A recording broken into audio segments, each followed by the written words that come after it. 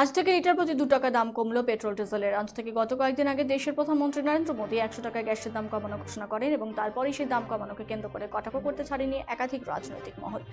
এরই মাঝে গতকাল লিটার প্রতি 2 টাকা পেট্রোল ডিজেলের দাম কমানো ঘোষণা করেন অয়েল মিনিস্টার হরদীপ সিং এবং আজ অর্থাৎ শুক্রবার থেকে এই দাম কার্যকরী হয়। তবে মাত্র 2 টাকা দাম কমায় মোটেই খুশি নন অনেকেই।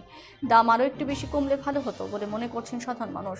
অনেকেই আবার এই দাম কমানোকে রাজনৈতিক চাল হিসেবেই দেখছেন। লোকসভা নির্বাচন আগে দাম কমানো নিছক লোক দেখানো শুধু বলেই মনে করছেন অনেকেই। এখন শুধু দেখার বিষয় লোকসভা নির্বাচনের আগে আরো দাম হবে কিনা। ভালোই হলো, একটু কমলো তো আমাদের পয়সা কম লাগবে।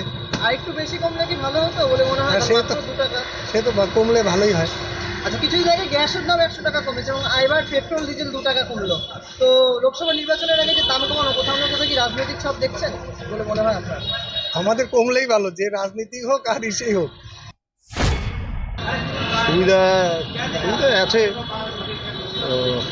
ব্যাপার তো ঘুরে ফিরে সব একই। মাত্র 2 টাকা, সেখানে কি মনে এটাতে হচ্ছিল একটু বেশি কমলে ভালো হতো? 2 টাকায় কি এমন কম হলো? মানে 10-12 টাকা কম হতো, তার একটা এফেক্ট হতো। সেরকম তো এফেক্ট কিছু নেই।